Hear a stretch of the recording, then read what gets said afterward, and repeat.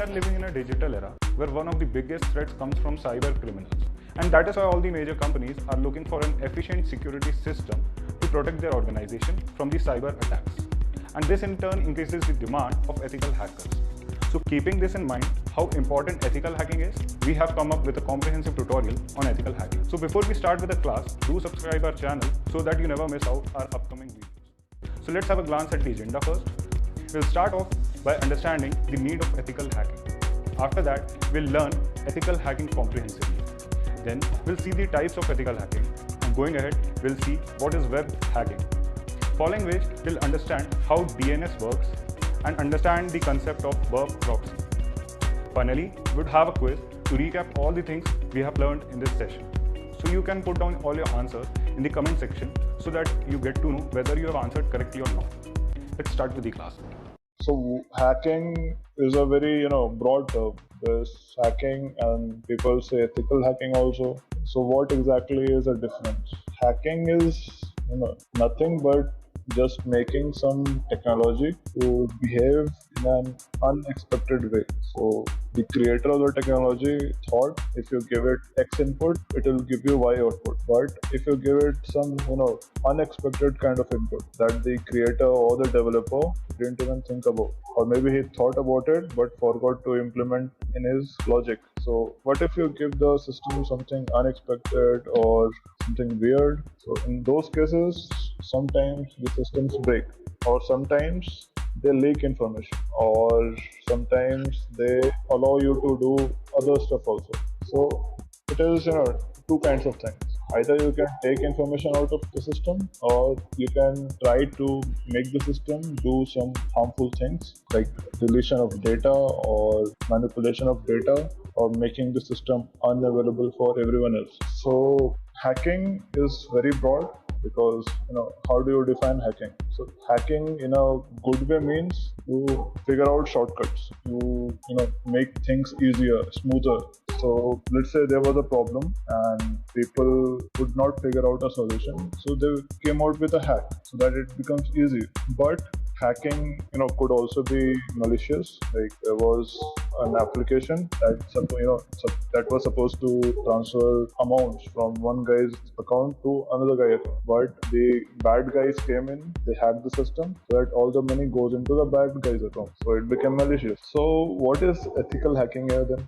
So ethical hacking means like going with your ethics when you try to hack the system, when you try to create a shortcut. So in a broad term, ethical hacking means don't do anything malicious. Whatever you do with good intentions. Simple as that. So no deletion of data of other users, no stealing cookies of other users, no transferring amounts from other users' account to our account, nothing like that. So if you figure out a vulnerability in some system, ethically you have to report it to the developer so that it gets patched and nobody else is getting harmed with it. So in a broad term, in a fundamental term, that's the difference. So why hack? As I told you guys, it's kind of a figuring out a shortcut, figuring out a easier way to do some things, to save some resources or save your time or save some complexity, anything.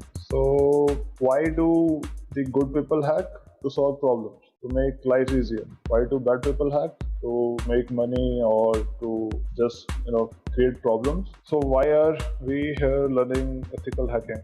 We are learning ethical hacking so that we can think of the ways we can get hacked, or we can test the systems out there, help the developers patch their systems, help the organizations fix the loopholes.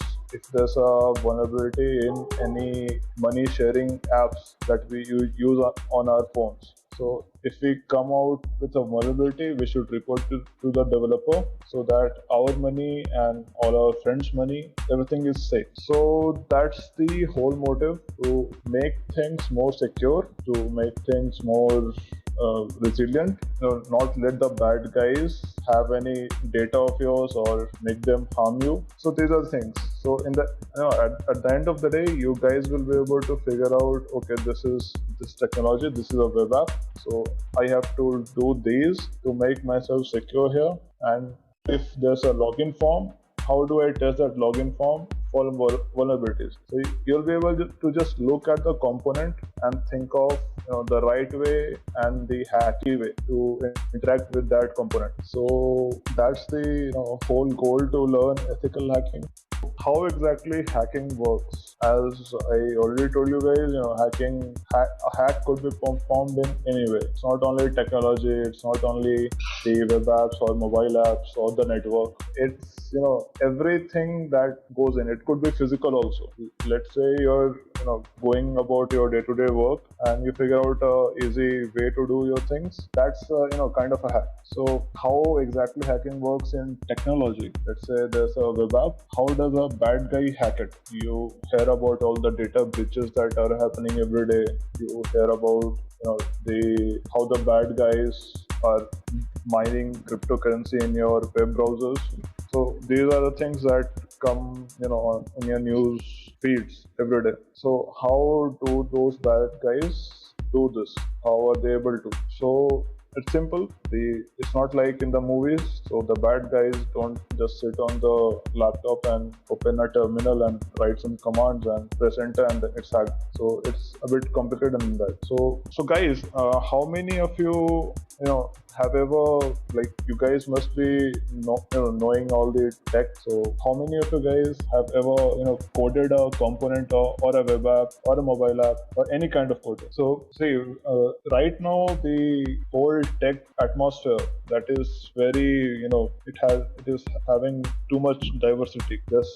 Like if there's a guy in his college and he wants to develop a web application, he won't be just like this step A, step B, step C, and you have a web application. No, it's not simple as that. So he will have to figure out what kind of web application. Then he'll have to figure out there are hundreds of programming languages out there. Which programming language to pick? Then he'll have hundreds of thousands of frameworks. Then he'll pick one. Then all the components, and he will have hundred of choices. So it will be a very different web application than anything created before. So point I'm trying to make is it is very diverse, the whole technology atmosphere right now. So a web app could be having technology A as a database, but the same web app could have technology B. So to hack such a system, or let's say you come across a web app, you can't just be like, oh, this is a web app, I will do this, so it gets hacked. No. So you'll have to figure out how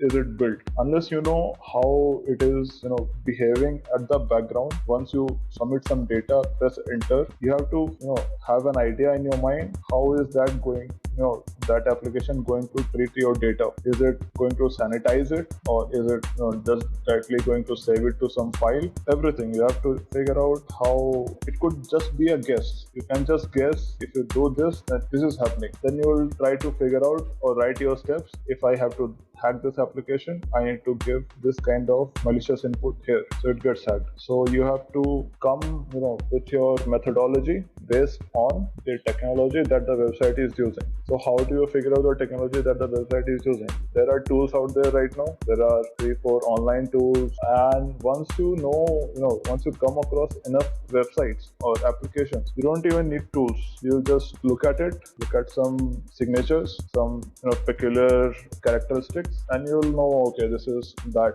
technology being used here. So the whole thing is too complex. So, once you do it enough of time, you will think of, you'll be able to make a very calculated and knowledgeable guess, and that's all needed to get started. So is it like as they show in the movies? Absolutely not. Not only web apps. I just talked about the web apps.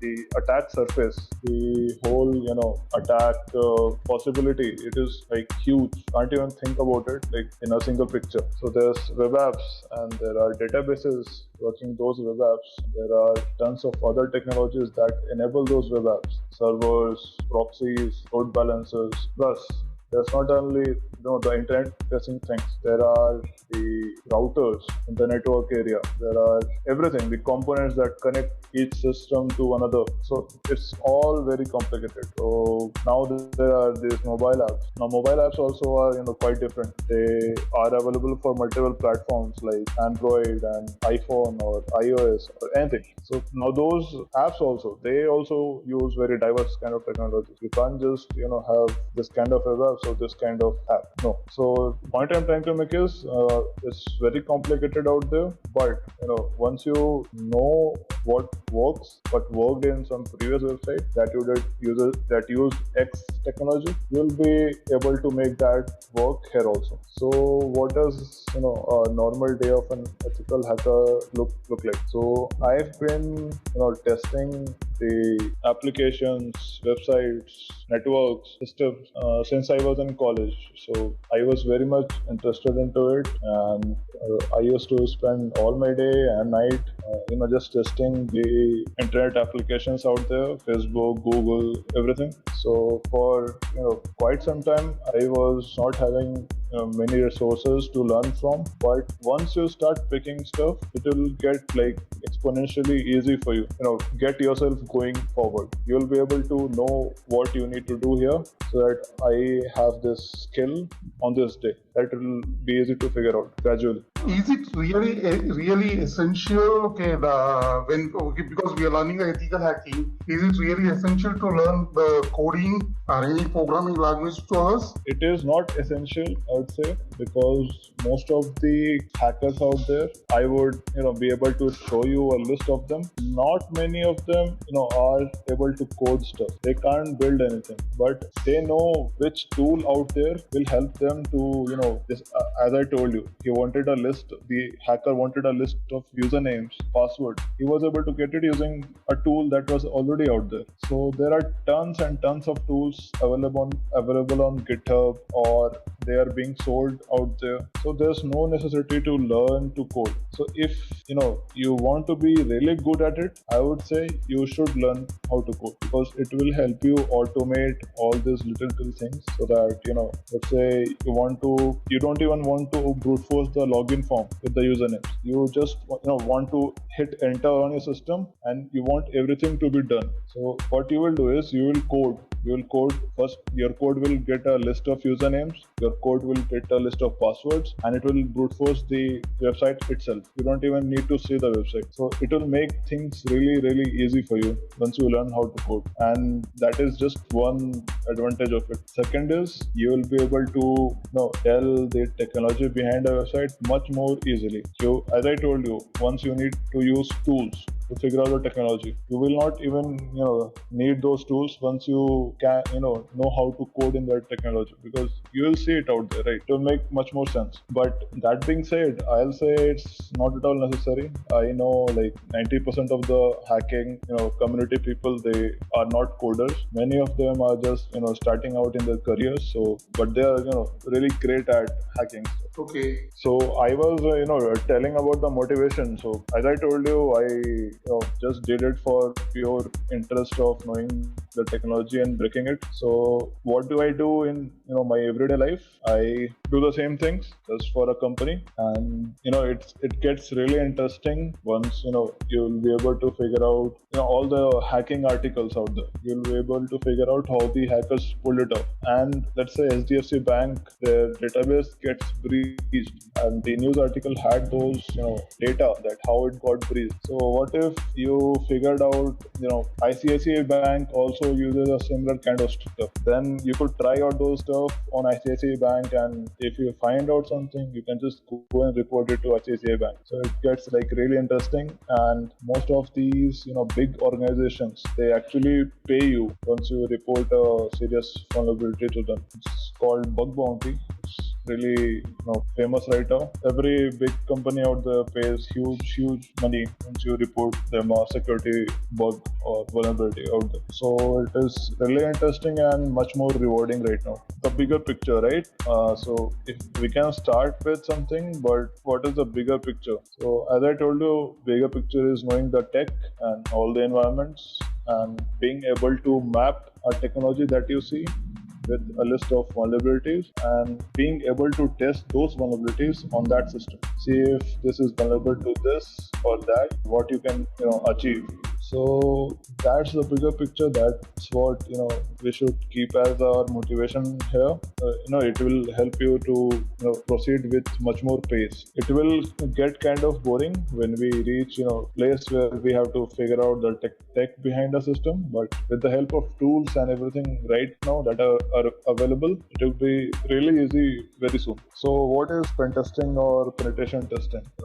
So figuring out websites technology is not everything. Like as I told, a tool does it very easily. But let's say you are hired by an big company. They tell you to just figure out any way in which you can gain their user passwords. So pen testing is like trying out whatever is in your hand to gain that data that the company wants. Anyhow, you are free to try out everything. There's a term actually for it. It's called red teaming. So there is this red team, there's this blue team. So the goal of the red team is to just try out any means to leak any data, to just exploit anything out there. They have full permission to do whatever they want. And there's this blue team that is supposed to prevent this. They have to make patches. They have to make sure that everything is secure, and they have to make sure that the red team is not able to achieve their goals. No data gets leaked, and no exploits are being done. So pen testing is actually the broad term of red teaming. So there's Facebook.com. Have you guys seen any Bugbounty page of a big organization, like how they expect you to report vulnerability and everything? No. Okay, I'll show you. So I'll show you the Facebook. They call it Whitehat. Yeah. So this is the page where Facebook allows you to go out there and test their apps, all their assets, to find out a security bug and report it to them. And how they want your report, they have put everything there. So they want you to just think creatively, think of hacks that the developer failed to implement in his code. If the developer wanted his app to behave like this, and you were able to make his app behave like that resulted in security violation of any user that is signed up on Facebook. So Facebook takes it very seriously, just like any other big organization, and they will fix it very quickly once you report it to them. And the minimum reward that they give is $500.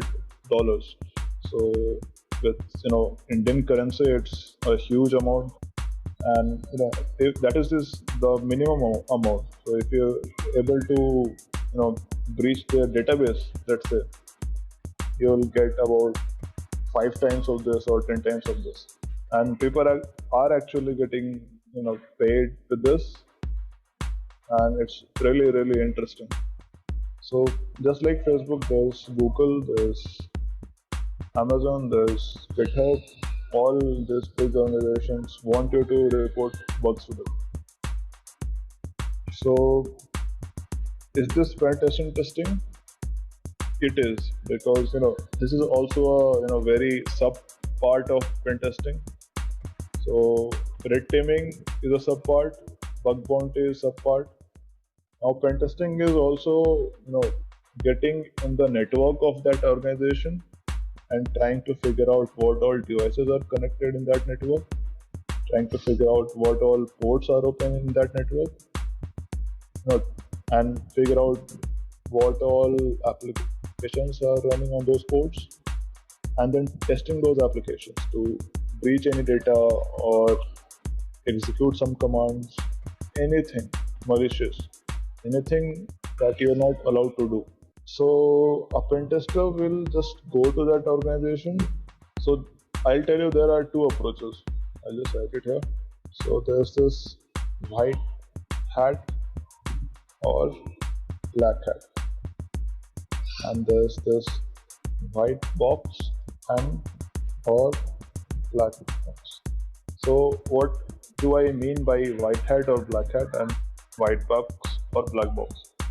So white hat is just a very fancy word for a guy who performs ethical hacking, and black hat is a fancy word for a guy who doesn't follow ethical rules while hacking. He'll just go out there and do bad stuff, breach data, or leak some information, or gain some money out of it, or anything like that.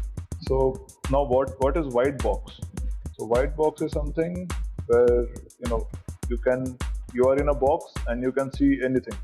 So if you have to test a web application, and if you have access to all the code of that application, all the source code, all the front-end code, back-end code, all the database code, everything, you have access to everything. Now you have to figure out what is wrong with that code.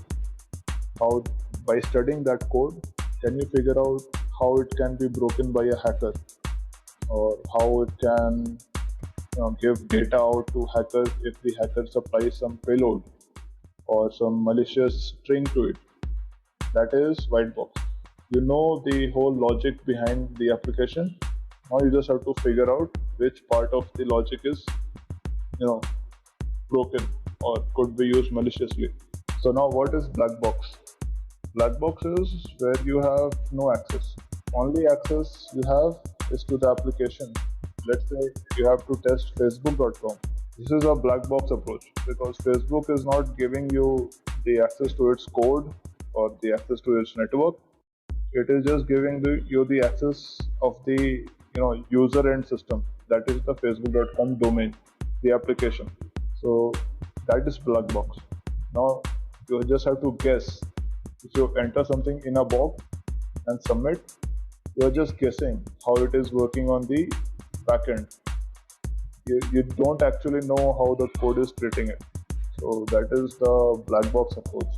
So what we are going to do, what pen testers normally do, is the black box approach. They don't have any kind of access. They just try to guess and use the tools and get the data somehow or gain some access.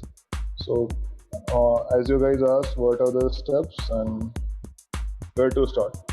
So the step is to first know what all resources are out there to make everything easier for us in this presentation. So the number one step I'd say is to, other than knowing the resources and knowing the tools, it is to figure out what to hit. What is your target? Once you know the target, you'll be able to know the nature of the target, assets that the target can use. Then you will be able to figure out what all technology the target is using, and then you can gather some information, put it in your map, okay, this is here, now I have to hit these targets, these assets of this organization. And the second step is to actually have a methodology.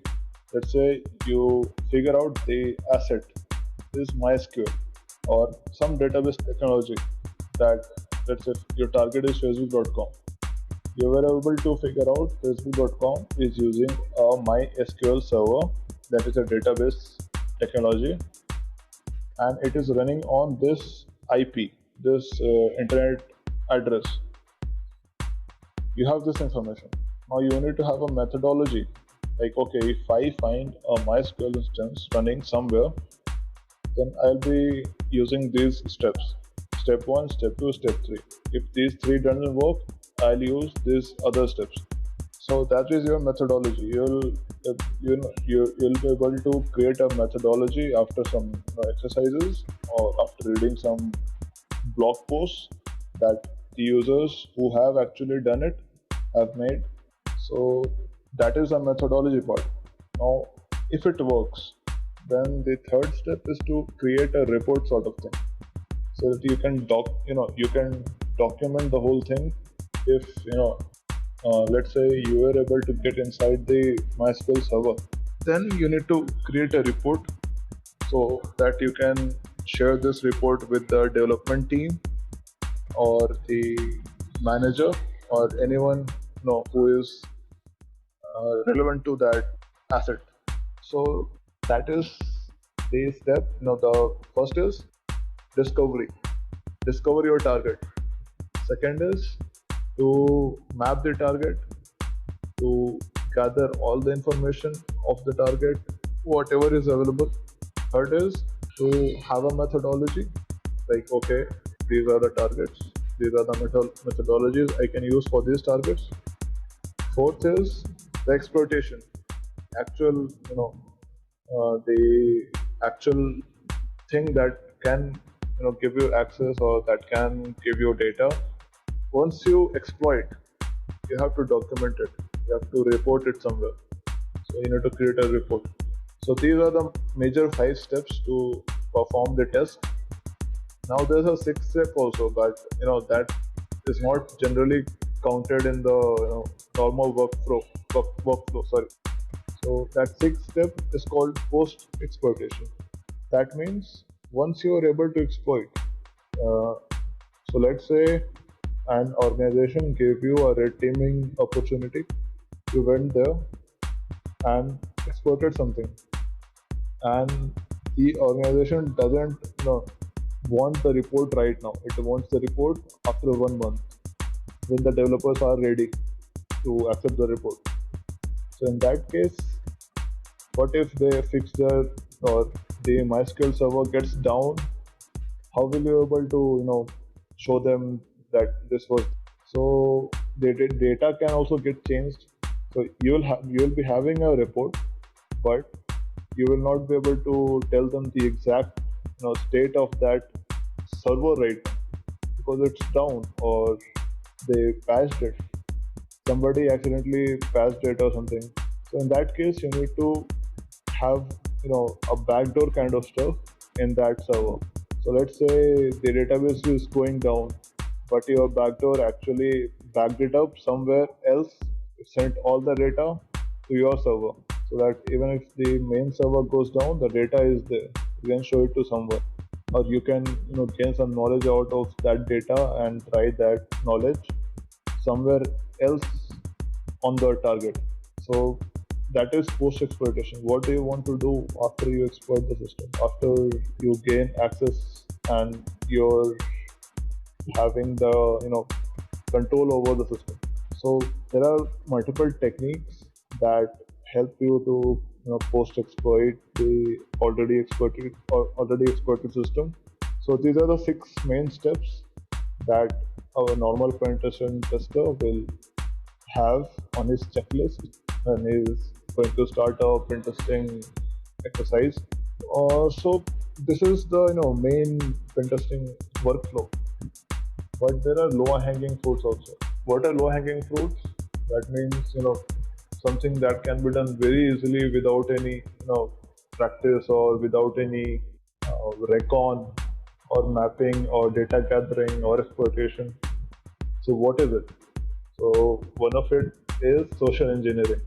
So what if you just you're in the organization, you went to the office, and you were able to manipulate an employee of that organization to give you the password to some critical asset of the company, or maybe the employee went somewhere and you were able to give yourself access to his system, and it was unlocked, right? So you were able to give yourself access to his system, or you planted a backdoor in his system, or maybe you sent an email to this employee saying that, this is a attachment of my resume, please see it. He downloaded that attachment, he ran it, he opened that PDF, but he actually, it was actually a virus or a malware that executed in his browser, and now you have access to all the passwords that this employee was using. So you were able to social engineer this guy. Like, okay, this is something else, but if I tell him this is a resume, he will open it and I'll gain access. So now, is this ethical? No, but if the company has actually given you the task to penetrate into his systems, so this is you should try this, because if you don't try this, some bad guy will try it, and if he is able to manipulate this user, he'll get access. So nothing gets patched here. The employee is not going to be aware unless you make the employee actually feel, okay, this can be exploited if he is not aware of it. So you must be thinking, what are the main resources that can make the whole process a little bit smoother, little bit more enriching or less painful. So there are ton of resources out there. So, but you have to understand that the atmosphere is huge. The attack surface is huge. There are websites to attack. There are mobile apps to attack. There are networks to attack. There are systems to attack. Which interests you most? Will you be able to enjoy hacking into a website, gain all the data, the passwords, or would you like to get into a network, then try to figure out all the open ports or something like that? So based on these interests, you will have tons of resources out there. So let's say if you want to mobile application, the resources that will help you will be very different resources that you will need to attack a website. It's actually like totally different from it. What works on mobile apps won't work on a web application or a server, obviously. So I'd like to show you this OWASP. So OWASP is a foundation that was found to enable the developers, the open source contributors, the tools that they can run on their application and make the application secure. So OWASP is very active in the security community. It organizes talks, conferences, frequently. Have you guys heard of NULCon or the Null community? They are actually based out of India. The Null community was founded in Bangalore itself. So, the point I'm trying to make is there are communities out there, just like OWASP. OWASP was once a community, now it's a huge. There are multiple communities, just like OWASP. In India, there's chapters of OWASP. So OWASP is adopted in mostly all the regions. So there's this OWASP Bangalore chapter, and every region will have a community like that. So community is a biggest resource that you can have while you're learning, because you will have like-minded people there or people with similar skills with you, so that you will be able to ask them questions, or you'll be able to know what cool stuff they are doing, and they will help you learn the things very easily, or you will help them learn things very easily. So OWASP is one of them. I'll show you. These are the projects. These are tools that actually perform testing or security testing of the applications. The first one here, OWASP-Z, the ZAP project. This can find security vulnerability in your web applications. So if you have made any web application, or if you run this tool on Facebook.com, it will be able to tell you some vulnerabilities that are present in Facebook's web application. Just like this, there are multiple other applications. So the thing I wanted to show you was this documentation section. This is where they put all the standards, all the testing guides that are used by the penetration testers or Bugbounty hunters out there. These are documents that help you create your methodologies, how to test a system or how to attack a ecosphere. So the most useful that I find is this OWASP top 10. So this is a list of top 10 vulnerabilities or bugs, classes of bugs that are found in web applications or any website on the internet. So let's see what's in there. I'll be able to show you a quick overview. So the OWASP 10 2017 version is out there. The 10 most critical web application security risks. So as you can see, this is the list of vulnerabilities, bugs that are very common. These are the top 10 bugs that you can find on any website. So the first is injection. Second is broken authentication, sensitive data exposure, XXC, broken access control, security misconfiguration, XSS. So there's that. So right now it might not make a lot of sense to you because these are actually technical terms like XML, external entities, but that's fine because once you have seen this chart, you'll be able to come back and you'll be able to tell how many you know of. You can't test any of these maybe right now, but in the future you'll be able to pick like, okay, I'll try test broken authentication on this website today, or today I will try to find security misconfigurations on this website.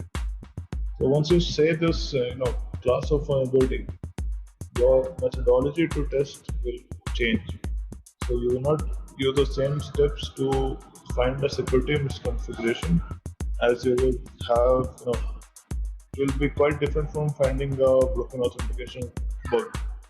So this is a very useful document that you should, have as bookmarked. It will, give you motivation to learn.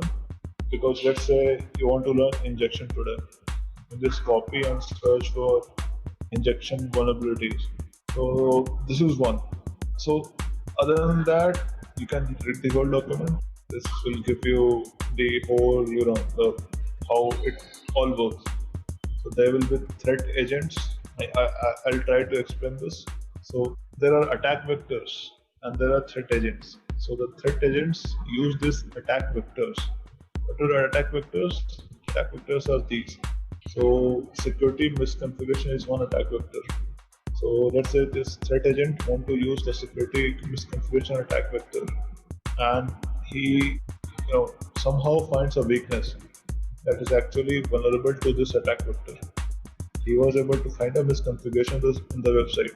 So now he will be trying to use those controls that are given in the website, and then he'll try to harm something, and that will create an impact, or most widely known as business impact. So in easier terms, I will try to explain this. Let's say there's a Facebook functionality to post message on your friend's feed, or let's say the friend's timeline on Facebook, right?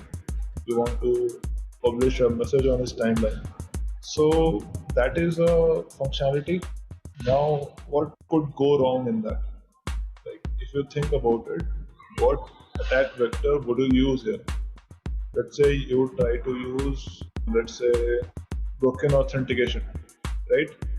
So actually here you'll be able to use very easily injection, because you are going to inject something in the form given to publish a post, right? You're injecting something, you're writing there something. So let's use this injection attack vector. You're the threat agent right now, so you'll use it. You figured out that this form is having a vulnerability in it. So what is the vulnerability? Vulnerability is the form is not checking your input before it is publishing or sending it to its database. So you published happy birthday on your friend's timeline, and you added some malicious string to it. So it was not just happy birthday, it was happy birthday space some malicious string. So the form was weak, right?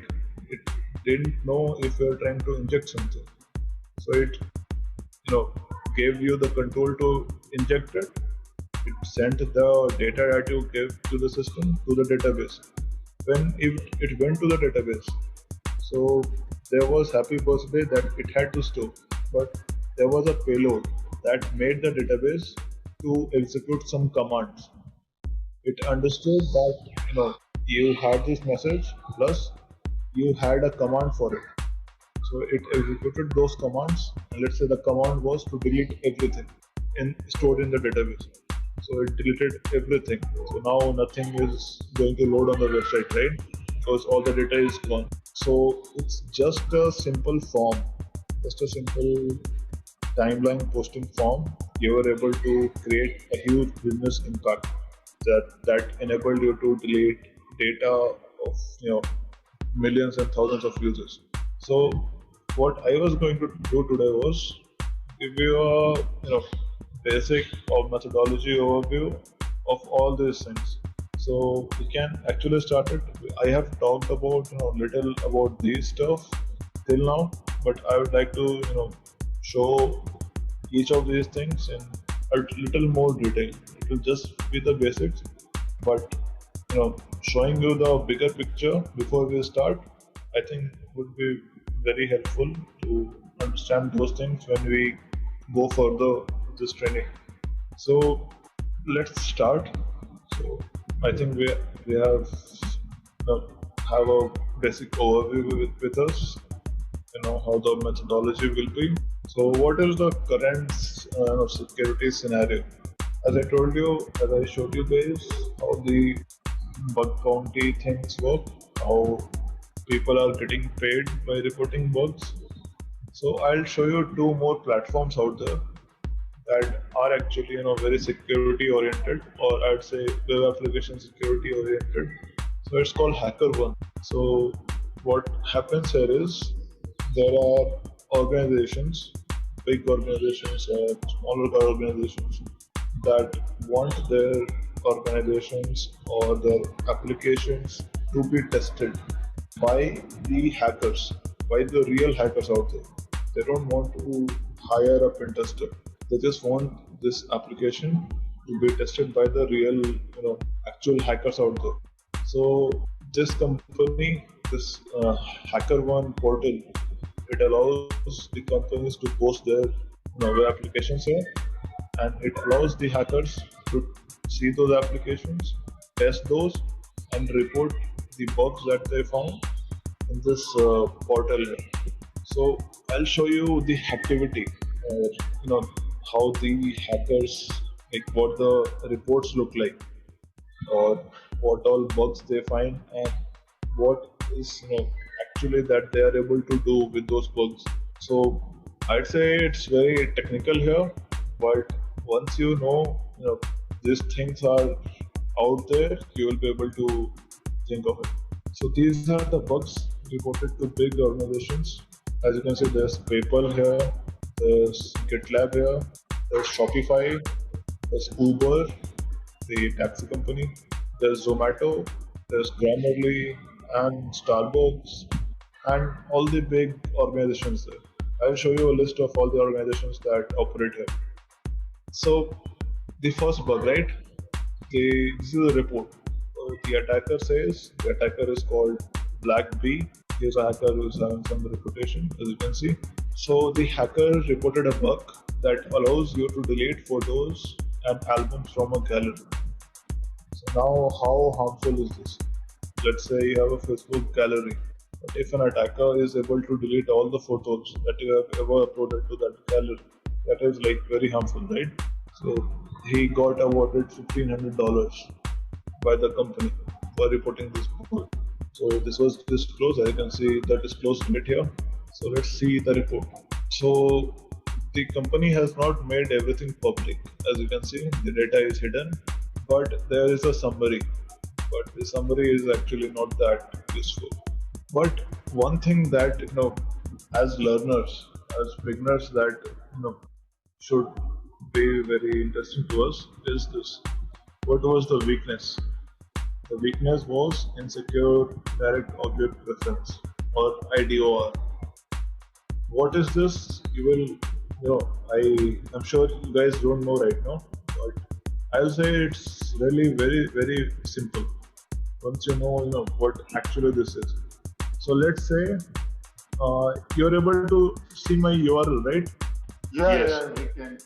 Okay, so let's say there was a URL or a link like this, hackerone.com slash the username. Let's say the username is Srini, and there was a functionality. Functionality was called delete photos and place photos.php. That's it. That's the URL of a website that deletes photos. And let's say I give photo equals 1. Okay, so this is a URL that allows when a user clicks on this URL, his photo number 1, the first photo in the gallery will get deleted because the function will be called is this one, delete photos.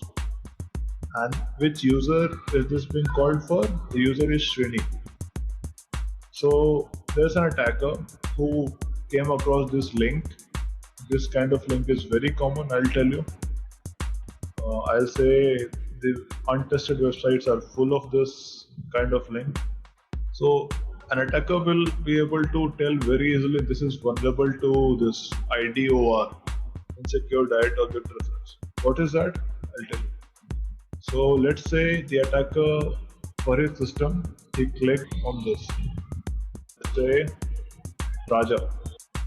So even if he is not Raja, he doesn't know password of Raja, but if he clicks on this link, he visits this link, photo number 1 will be deleted. Of whom? Of Raja, because the link says that. So the application is not able to tell that if the link that is being clicked is actually being clicked by that user who's having the name here. Even if the user is not Raja, he clicks on this link, Raja's photo will get deleted. Simple as that. So that is one approach to test the websites. Then this is called the IDOR approach, or IDOR weakness, or IDOR bug. So I'd say it was fairly simple for the hacker here to test this bug, but the payout was huge because of the impact. The business impact was huge. The deletion of photos or deletion of any kind of data, it's very sensitive. So that is that is very easy to test these kind of little things. So once we start testing the websites or learning how to test it here also, and if you go back to this document, the top 10 bug document, right? You can see XSS here, right? There, cross-site scripting. The most common attack vulnerability is actually XSS. Correct. Yeah. So people are just learning about the bugs here, and they are able to tell, okay, this is a very common vulnerability, so I should test on the website that is here. They tested it on Twitter, and they actually found the bug, and they got rewarded $6,500. So it is that simple. But if I'm saying very simple, it's not that that simple, because there are things. If I open this report, it's not just one line report, right? So there's other terms also like gas poisoning and everything. So the hacker, he had to understand everything, how it is actually working. This guy doesn't know how Twitter works, but he was able to bypass the system or do something harmful, and he could harm the system, right? So even if he doesn't know about how it is working, so that kind of knowledge helps. But even if it is not, this guy has you read this part, he has given all the steps how to hack it, like go to Twitter ads, click on tools, audience manager, create new list audience. So he is just playing with the website, the Twitter website. he was able to do something very significant. And this is the developer. He investigated everything and he was able to tell, okay, this is something that the system was not expected to do. So I acknowledged it. Twitter paid him a bounty. So there's that. But the whole concept that the hackers use is mostly these common bugs. You should understand these bugs and then test these bugs on every platform out there. So that is one.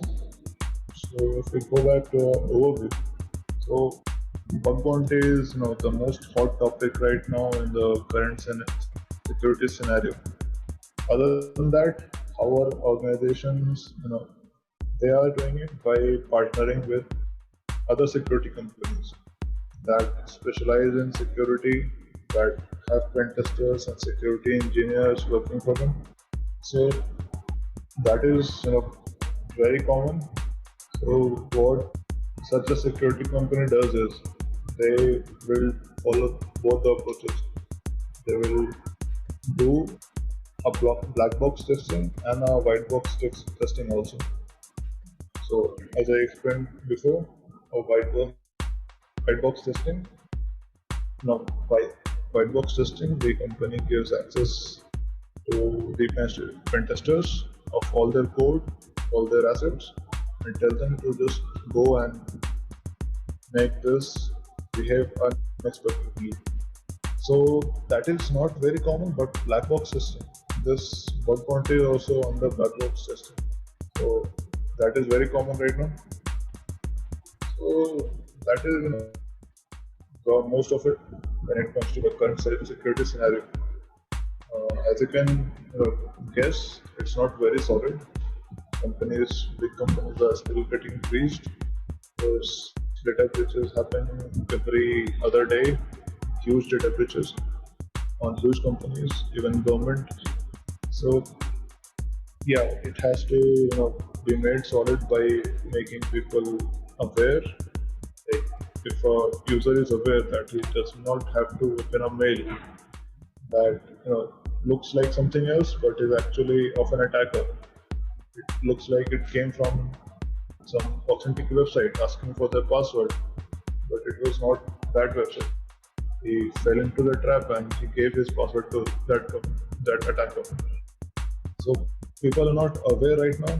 They have to be made aware that this is how you have to make your security solid. That is one. So there's a lot of work to be done when it comes to security, but it's happening gradually. So I think that covers the whole security scenario. So let's move on to the attack surface. As I told you, the attack surface is whatever is available to you. If you're in a black box, the attack surface could be limited, and if you're in white box, it could be everything that is out there. So attack surface, you have to, like, let's say we take this example again. Say Twitter. How did people figure out the attack surface here to even start reporting bugs? Just click on Twitter, see their program page. So see this part. They are giving the in scope section, like which all domains of Twitters can people test, and are those domains eligible for bounty or not, and how critical that domain or that security of that domain is. So as you can see, twitter.com or anything.twitter.com is eligible for bounty, and it's very critical. So this is the in scope list. So if I am a hacker, I'll go to this page, I'll test all these domains, and if it is eligible for bounty, I'll get a reward. So in this case, the scope is this. So now, is this my attack surface? No, the attack surface is much more than this. How? Because as you can see, there's star. That means anything.twitter.com. So there's blog.twitter.com also. Now, anything.twitter.com. Let's say there was blog.twitter.com. So now blog.twitter.com, what all other assets can you get from that? Let's say blog.twitter.com, it is loading some image from, let's say, an asset or a cloud service that is owned by Twitter. So if this asset is blog.twitter.com, it is loading something from another asset, and that asset is not in this list. Still, that asset, if that is compromised, then blog.twitter.com is also compromised. So that expands your attack surface. If you test that surface also, you'll get a reward here, because hacking that hacks this also, because this is dependent on that. So that's what you have to think to expand your attack surface. The more things you have to attack, the better the chances of having an exploit will be. The more variation of technology will be out there. So if they forget to patch anything out of that list, you'll be able to gain some data or some any access of those systems. So that's very much possible. So so recon is one method to enhance your attack surface. What is recon? Recon is to figure out how many subdomains of twitter.com is there. What is a subdomain, right? So let's say twitter.com is the domain. So blog.twitter.com will be a subdomain. Similarly, mail.twitter.com will also be a subdomain, and so on. So you'll have a list of 100 of subdomains that you will find using your recon or reconnaissance. This term is used for that. This term means just to figure out or to enumerate all the other assets of this domain or this subdomain that is there. There are multiple methods to perform recons. I'll show you later. I think it will be too much right now. Since we are just covering the basics, I think this will, there are tools. You don't need to know how to, actually do it manually. You don't need to know how it is working in the background. If you want a list of subdomains, you just run any tool. It will give it to you.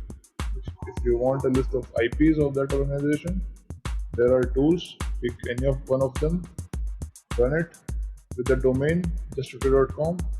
You'll get all the IPs of twitter.com. So once you have list of these assets and all the IP addresses, that is your recon process. That will enhance your attack surface. So that is one. After that, there's web hacking basics. There are tools for this, as I showed you right before. In the OWASP project, there was this OWASP Z. That is one tool that you can use to hack the web assets out there. Now there are methodologies how you can perform those attacks. So these methodologies and the combination of tools, you will be able to figure out once you know what bugs are findable. So with that, now you can go back again to OWASP top 10. These are the bugs. You'll need to pick any tool which finds those bugs. Now you know what tool to use and you know what bug it will find. Now you'll just combine your ASIC list that you had found before using your recon or reconnaissance. So now in each of these IP addresses, you need to run this tool that will use that bug, that will try to exploit that bug. So the whole methodology is this. So I showed you the Bugbounty world also, how people are reporting bugs, how they are learning with each other's reports, how they are reporting the scenario.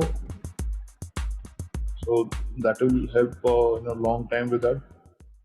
So web hacking is not everything, right? There's system hacking also. So by system hacking, what do I mean? I mean that let's say there is a Ubuntu server or a Windows server.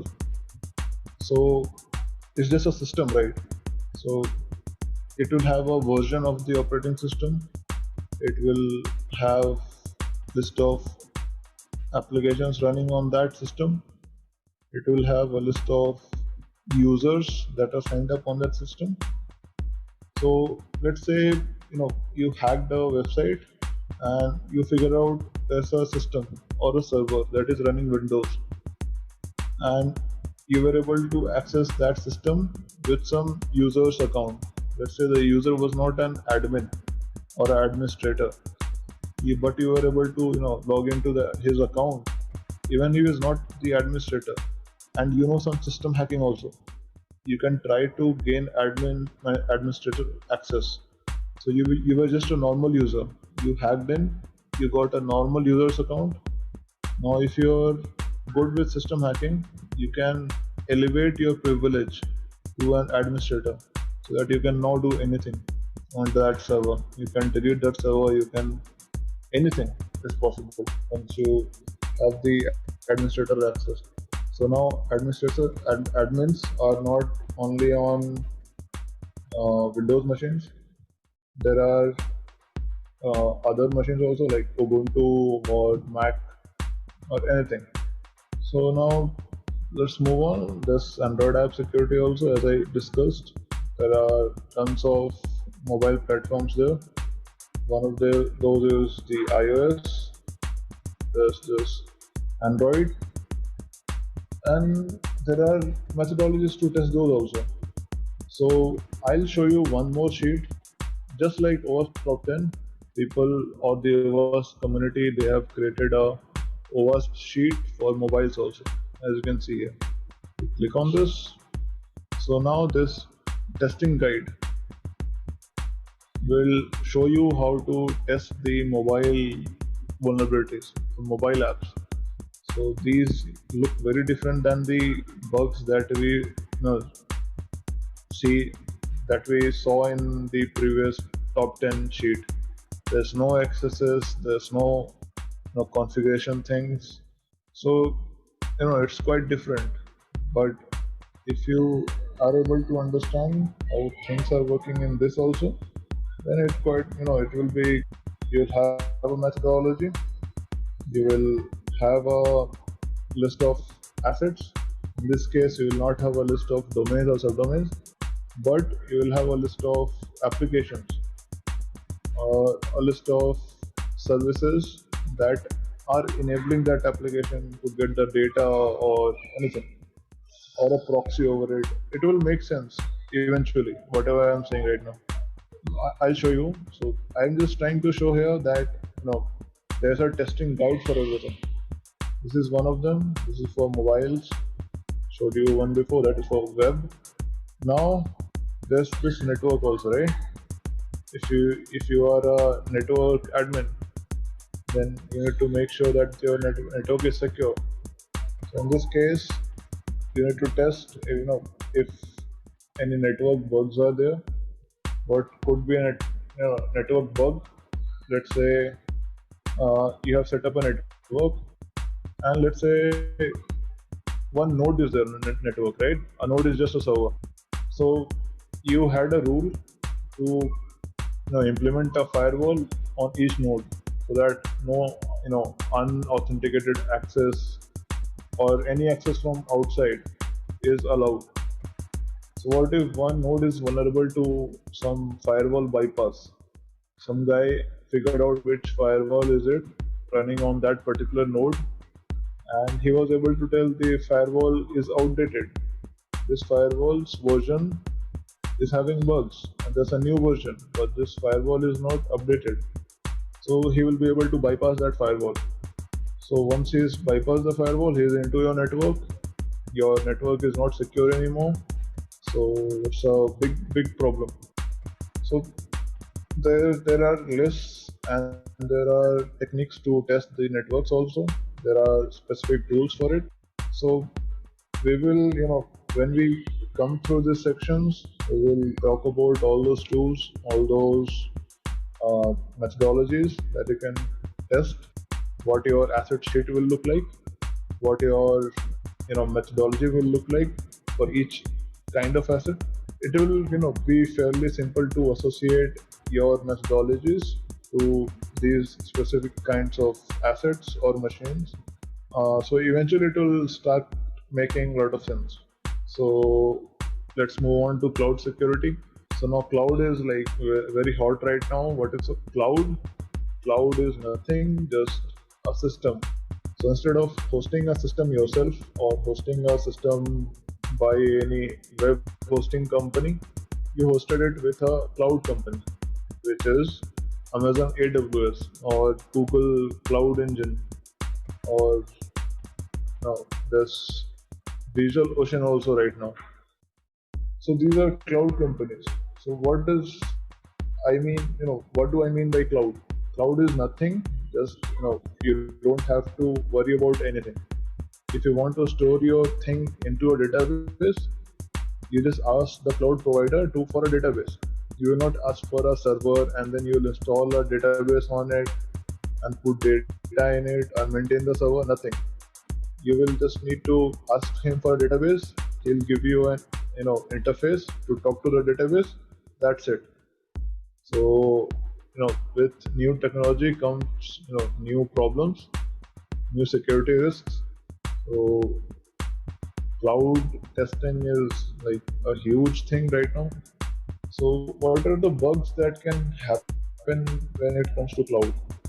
Let's say you want it for a data storage bucket, or it's called a S3 bucket right now by Amazon, where people just store their media, photos, or anything of their web applications.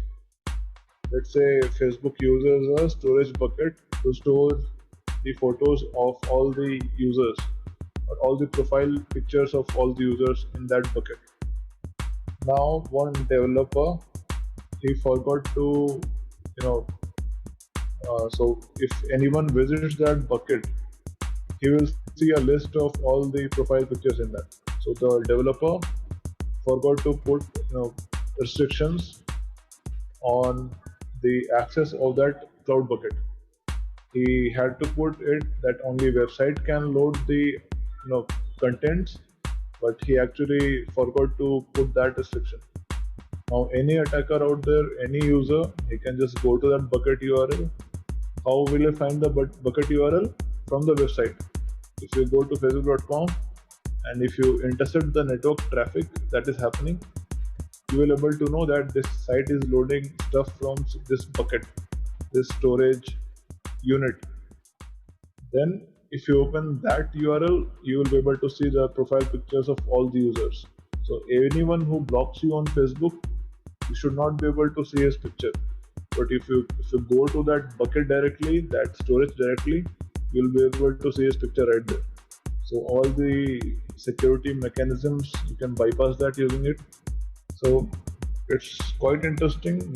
It's a huge atmosphere in cloud security also, but it's very interesting to learn right now, and it's fairly easy when it comes to cloud security testing. There are tools for this also. So we'll be covering it very soon. So now after that, we should talk about malware. So we all know about malwares, right? These are malicious applications that do harm to user data, user systems, steal their passwords or steal their data and ask for money to return that data. So there are multiple kinds of malwares out there. Some just come in your browser and use your browser capacity to mine bitcoins or make calculations so that it will use your computer's processing power to mine bitcoins, but it will send the bitcoins to the attacker. Just your laptop's processing power will be used. So that's one but very common class of malware out there right now. So if a website gets infected by one of these, it is very harmful. So if you are able to tell if this website is affected by this malware and you report it to the developer, you might be able to help him remove that malware and help its security. So another class of malware is ransomware, where the ransomware will come into your system somehow by some PDF attachment in some mail or an affected pen drive or an affected any kind of storage. So it will just come into your system, it will encrypt all your data, you will not know the password of the encryption, and if you want to open any file, it will not open because it's encrypted now. So it will ask you for money. So it will tell you deposit $1,000 in this Bitcoin wallet to get access back for your data. So then there's no other way to decrypt them because encryption is pretty solid, right? You need to have a password to decrypt data. So you can't do anything. Either you lose your data or you pay money. So most people will go on and pay the money. So, but if you are security aware, if you know how malwares work, if you know how to scan for them, if you know how to test if your system contains any ransomware or which antiviruses will help you in this, you'll be able to protect yourselves and your friends or your colleagues from those things. So overall, you will be able to enhance the security posture of your organization, or you'll be able to enhance the awareness of people around you about these malwares. So yeah, to study these malwares will also be very fruitful. You will not find malwares for Facebook.com or something so that you can report it to them. But this is a separate class of research where you can actually help the people around you or help yourselves from not getting affected. So that is one. Other than that, there's social engineering. We talked about this. This is a way how malwares propagate from one system to the other. So using social engineering, people could gain access without without bypassing any firewalls or without exploiting anything. They just need to social engineer the people. So there's a patch for everything, right? There's a patch for all kinds of security vulnerability.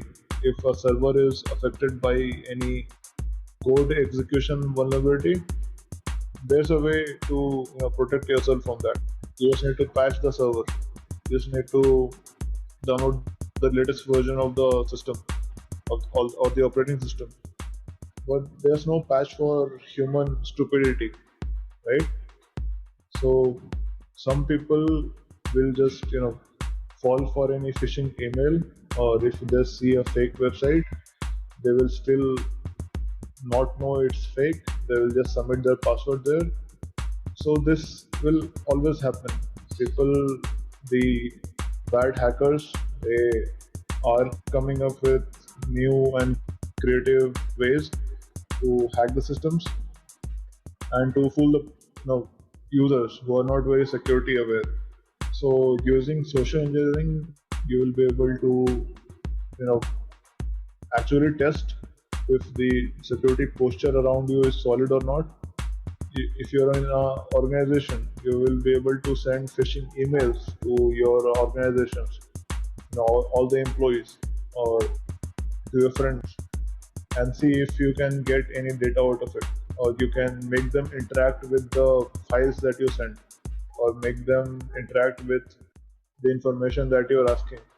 So if they are able to not being able to detect if this is a fake attempt to extract knowledge out of them, they will be they will fall for it, and you will be able to make them aware about it. So that is a biggest plus of learning social engineering. So it is much more fruitful to learn social engineering if you're on the black hat spectrum of things, because social engineering is one of the most useful arsenal, the tool used by the hackers. If you can, if you open your spam folder in your email, you will be able to see, tons of phishing emails asking for money or asking for your bank account number. They're saying, I have to deposit $1 million in your account. Give me your bank number or your password. So these are phishing emails that attackers are sending millions and millions of emails every day to all the people. So even if or out of those million people, even if 100 people fall for it, those 100 people will give millions to those hackers. So they succeed using social engineering. So that is there. After that, we will learn a bit about cryptography. So what is cryptography? Cryptography is means of encrypting data. So how is it useful for this training? I'll tell you. So cryptography is being used everywhere. It is being used to send passwords. It is being used to send all your data. If you're using this website, right? You can see here the URL. So URL is having HTTPS. That means this S part, that is encrypting this whole communication channel. If it was just HTTP, then this communication was not encrypted, but it is being encrypted right now. So encryption is everywhere. So what if? So why do we need this encryption? So that the hacker cannot sit between my laptop and the server somewhere, maybe in the router or anywhere. You cannot sit and decode all my data going through the channel. That would be impossible because the channel is encrypted. So that is a very important topic to learn, how to encrypt it and how to actually test these encryption technologies. Let's say encryption was happening. I'll show you. I click here. It says connection is secure, right? So I go here. I check the certificate. This is some certificate. If I click on the detail, you can see the nature algorithm. So I was telling that the communication is being encrypted by a certificate. The whole HTTPS communication, that is it is working because of one algorithm, that is the encryption algorithm. We are encrypting the data on my laptop and how it is getting decrypted on this. So what I send has to be understood by the server. So if anything, by encrypting it, the server has to decode it somehow. So how it does that? A password with I share a password with the server. Server knows this data is me, so I should use this password to decrypt this guy's data. It decrypts it, what documents I am sending it. So it's able to find bugs in the encryption process or bugs in the encryption technology that you use. We will be able to figure out, we can just connect to the router, all the communication that is happening, all the data that is going through we will be able to decrypt it, even if we don't have the password, because the bug was not in the technology. The bug was in the encryption method used. If they are using very weak encryption, let's say some encryption that was made obsolete by 5 years, they are still using. We will know what bugs are in that encryption, and we will be able to decrypt the communication. So that is also a very handy tool to keep in your pockets when you are a researcher. So I think that's the whole overview. Today I'm going to the main web hacking, which is the most common hacking methodology out there right now, because most of our infrastructure of any company is online and it is being served using websites. So it's extremely important that we understand what web hacking is and how to build a methodology for that, which tools can be used, and what is this Bugbounty thing happening around the world right now. So what is web hacking? So to understand web hacking, web is interconnection of different networks that serve HTTP content. If there's a router on the network, that's not part of the web because it doesn't serve any HTTP content. But since it will have a login portal or some kind of admin panel, then that is a part of the web. So anything that serves content is a part of the web. The major part of the web is the surface web, where all the big websites are there. People know the URLs of that part, like Facebook, Google, Twitter. These are all on surface web. Another major portion of the web is the dark web.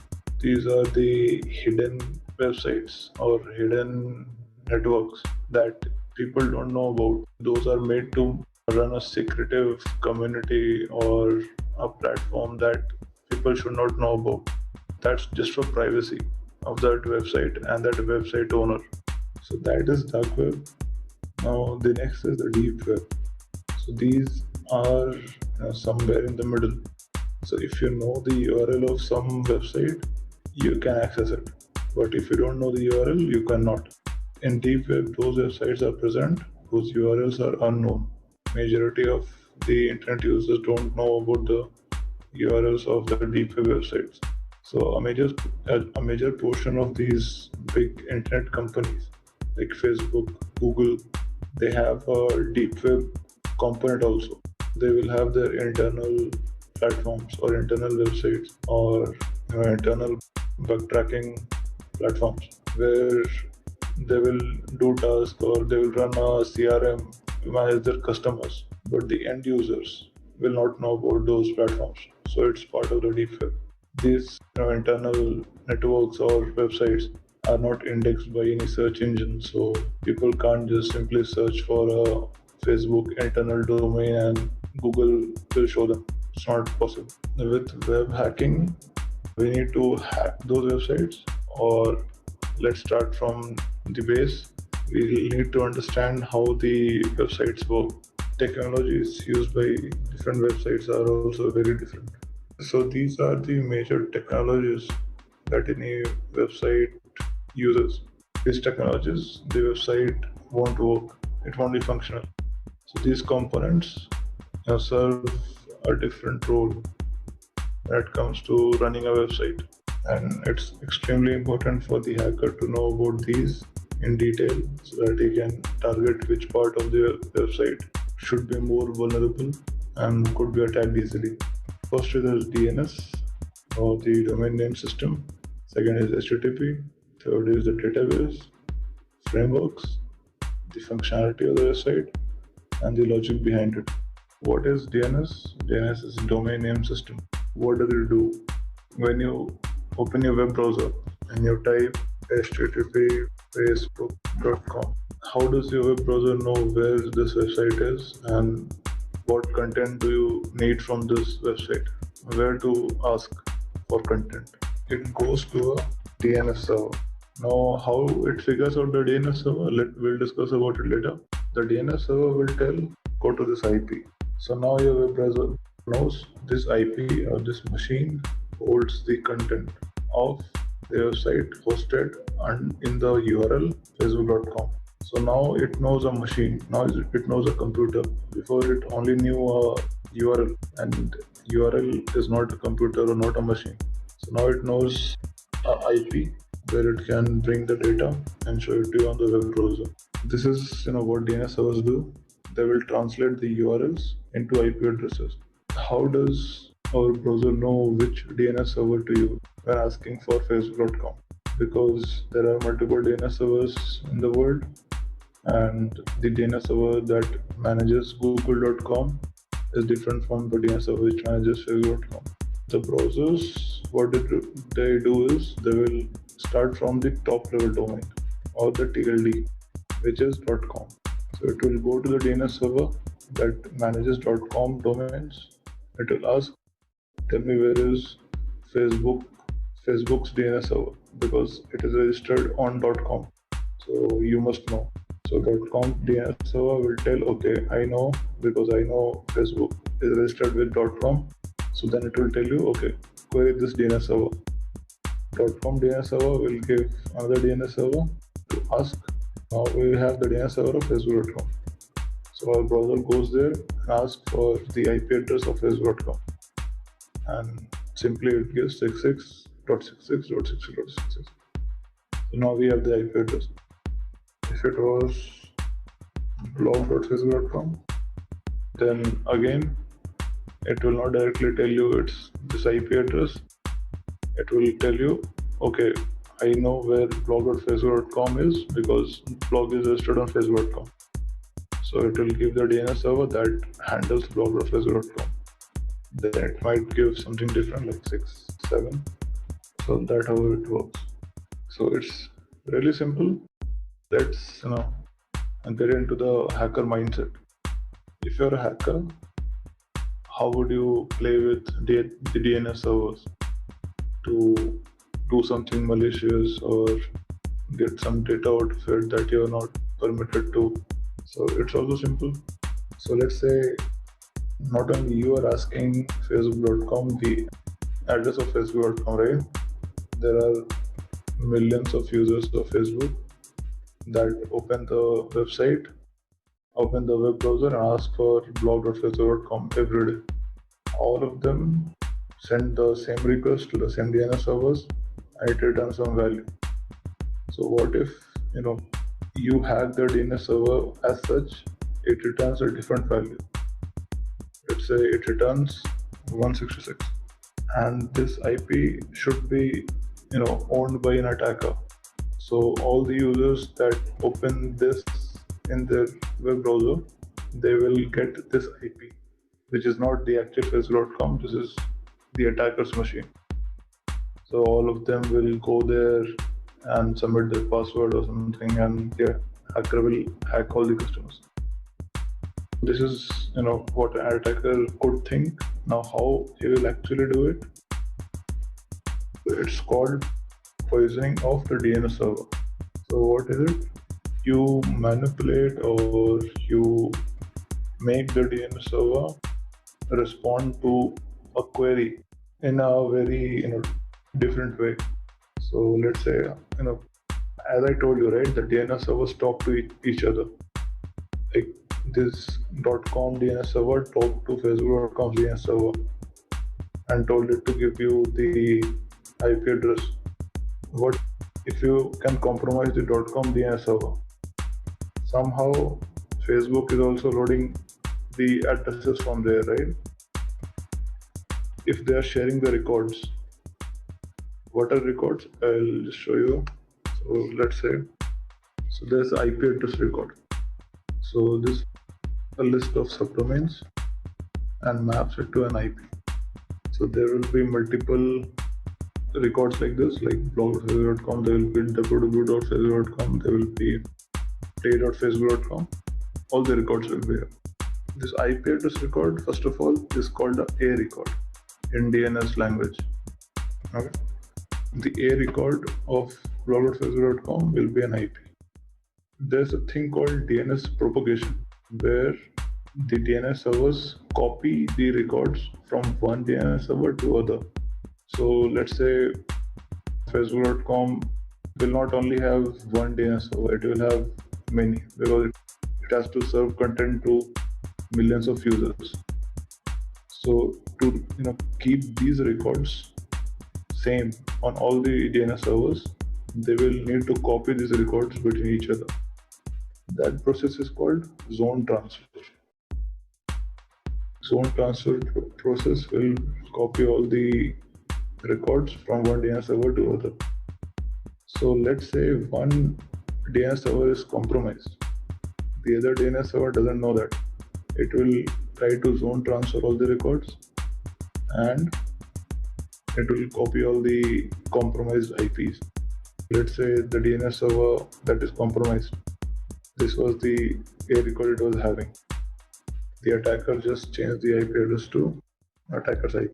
So now the other authentic DNS server tried to copy the zone of this server without knowing that it is compromised. Then now it will just copy the same record that contains the attacker's IP Now whatever request comes to that DNS server, that will all be resolved to the attacker's IP. Every guy who is trying to open blog.facebook.com, he will not open the actual IP, he will open the attacker's IP. So this will go further because that DNS server that is now compromised will also be copied into other DNS servers. So the zone transfer process happens like periodically, in like 20 days or 30 days. So in between, if any records are changed, could harm the whole zone. So how to do zone transfer attacks? There are multiple ways. One is to get control of the DNS software that is running. So now there are multiple DNS softwares that are out there. One is Bind, which is for Linux and Unix systems. Bind is a very common DNS system. So now, I'll just show you here. So let's say you figured out there's a DNS server out there, a Facebook, and you figure out it's not running the proper version. So let's say it was running version 9.10.5. Now what you can do is, now you have the exploit here, right? You have the unquoted service path privilege escalation. What you'll do is, you know the exploit, you know the version, and you know that bind server is vulnerable to this exploit. You just go ahead and run this exploit. This is a command written here. So they're using the SC service. This is, I don't think you will understand, but they're trying to escalate the privilege. When you ask something from a DNS server, that returns the answer with the privilege level of a user. If you have the privilege level of an admin, it might return a different record for you because you have a higher privilege. The admin can also copy or delete the DNS server's records. A normal user cannot. So this issue, if you try to exploit this DNS server using this exploit written here, you will escalate your privilege. You will become an admin even if you are a user. So you can read it here, like bind is to answer the service with an unquoted service path. To exploit a local attacker must place a malicious executable file named program.exe in the path of the service. If the process runs under the same account, other than the attackers can be used to execute code under a different set of privilege. So they are trying to load a malicious executable, and they have named it program.exe, and they are giving it in a path of the service that the bind server is running.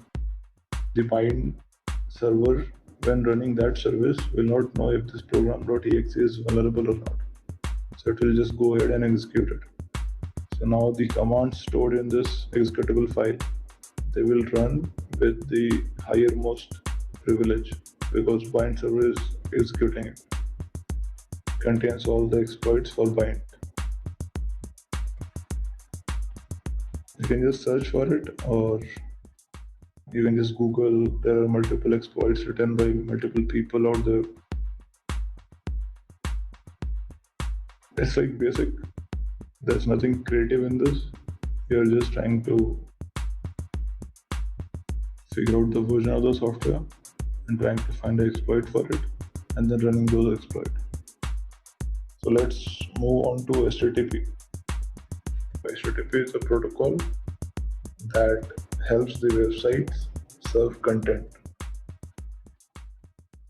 HTTP protocol uses the simple text format, .html format kind of stuff to send web pages from the server to the client. That's all. HTTP is real simple. Now they are coming to HTTP version 2. Right now they are running HTTP version 1 everywhere. That's one. I think, if you just see the page source of any website, let's see the page source of this, you will see the HTML content here. How does every website just serve the content over HTML? Because they follow a protocol. Protocol is serve all your content in text format. This is text, right? same declaration, same everything. They are using the same protocol called HTTP. That's it. Next is the database. Database is the most juicy part of the website. That's where the whole data is stored. A database might contain passwords or user data or videos, audios uploaded by the user. It could contain anything. If you could control the database, you can control the whole website. You can change passwords of users, you can change passwords of the administrator, and you can almost do anything. You can change the website itself, because even the web pages of the website are contained in the website. The database. Like, you have heard of the WordPress CMS, right?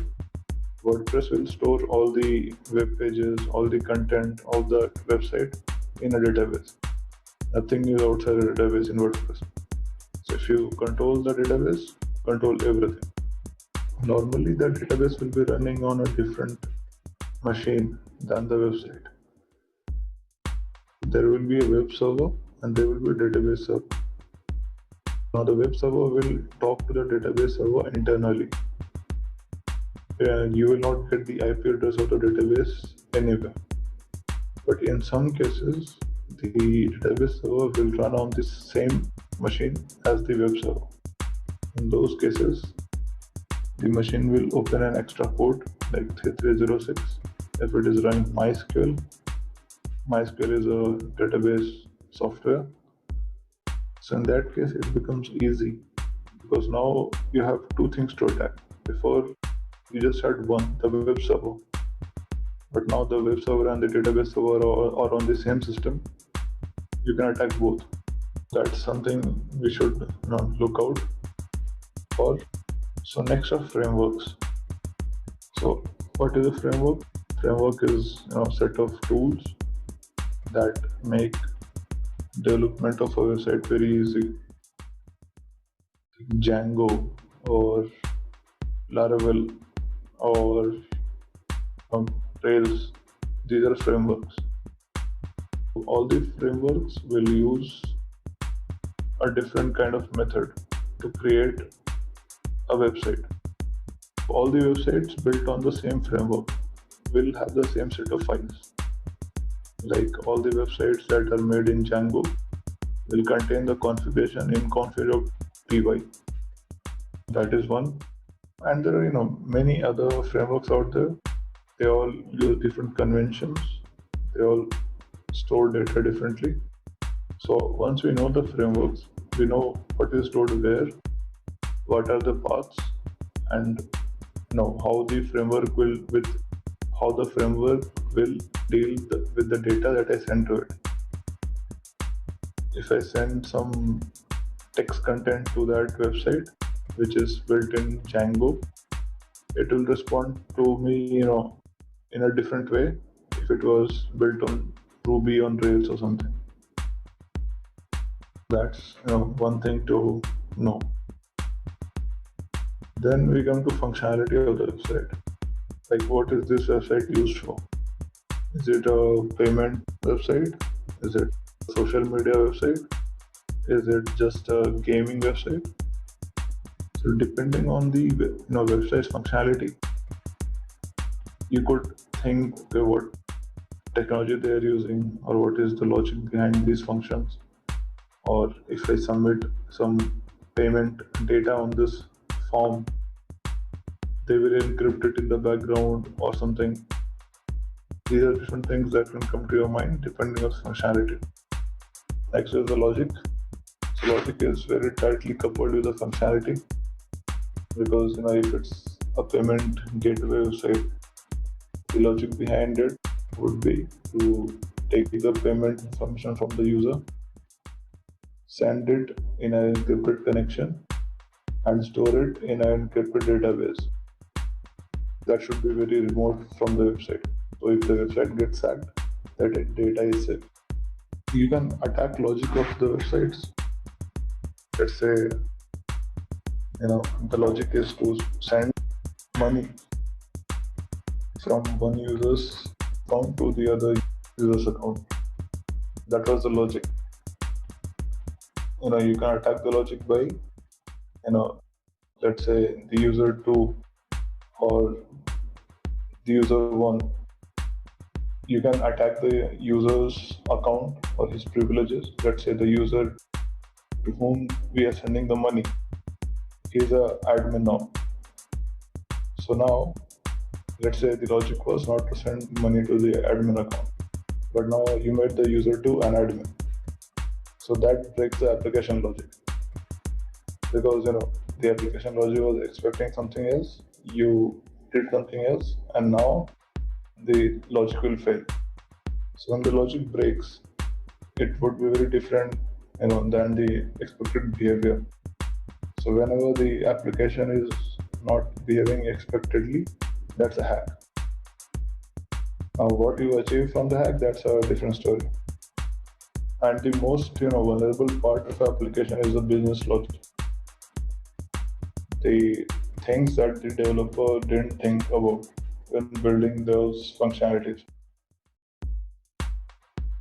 Once you think of those edge cases, you will come up with different type of plans for it, and it will make it more interesting because you don't have to use any scanners or tools to implement those plans in your Pentesting.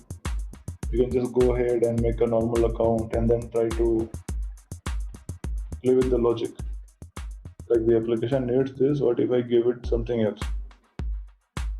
I'll give you a very common example of logic failure in most websites.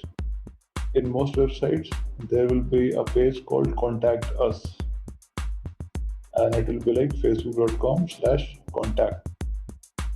When I sign up on Facebook, my username would be something like SHAH or SYED.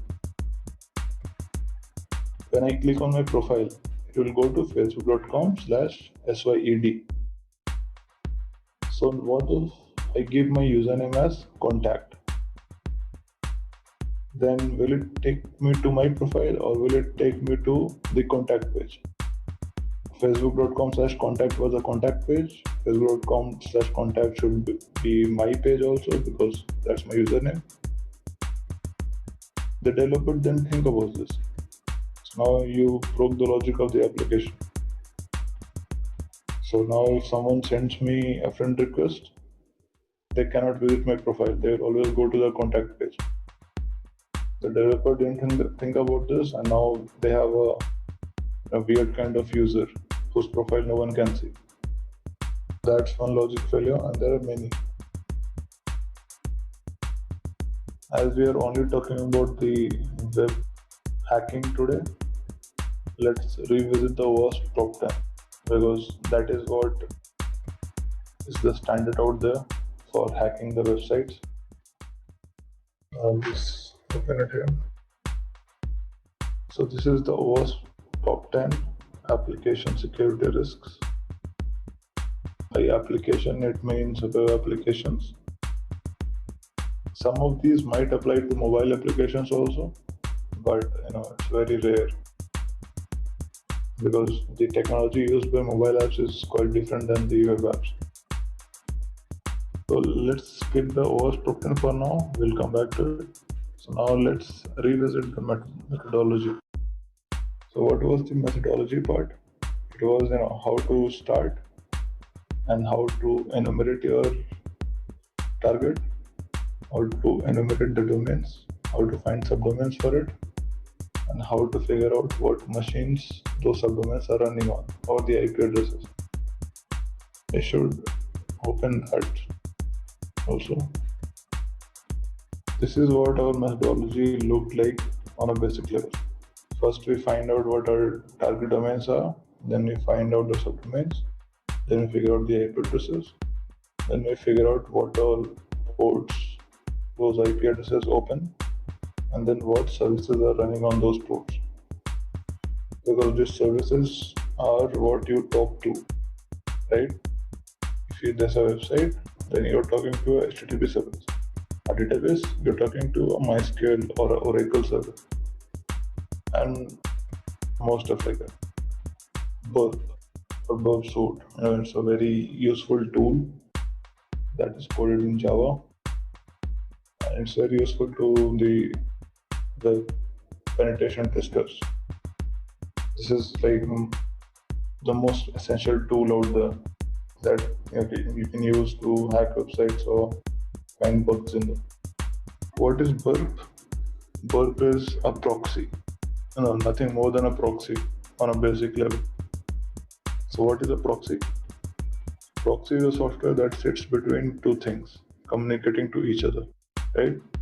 What are the two things here? The first thing is our own computer or the client.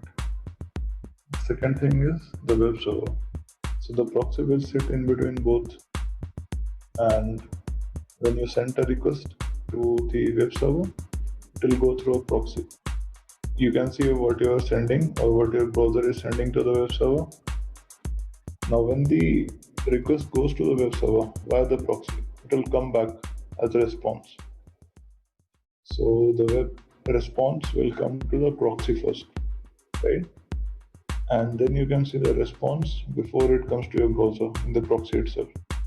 You can see what all requests are going, what all responses are coming, and if you alter or modify one request a bit, how the response changes. You can see all that. I'll just go ahead and show you Burp. So this is Burp. This is the proxy window, and this is the intercept window. This is a website, and this is our browser, and this is a form. If I click on any button, it will send a request to the web server, and the web server will send a response back. Intercept is off, that means the proxy is not listening to anything right now. In between, let's turn it on. Now the proxy is listening to all the communication happening between the browser and the server. Let's click on this button. I clicked on it. Should have gone to the web browser, right? Some request came here. Let's forward this. That form that you saw there, right? All the data was this. That data is coming here. I'll show you in detail again. Let's forward all this. So the forward button sends it to the server directly. So you can keep clicking forward, or we can turn the intercept off. So if you turn the intercept off, all the requests went through. So now the response will come directly. The proxy will not act because it's off right now. And you can see the website is changed. So this brings us to the end of this session. If you have any queries, feel free to comment below. We'll reach out immediately. Also, subscribe our channel and press the bell icon so that you never miss out on our upcoming videos.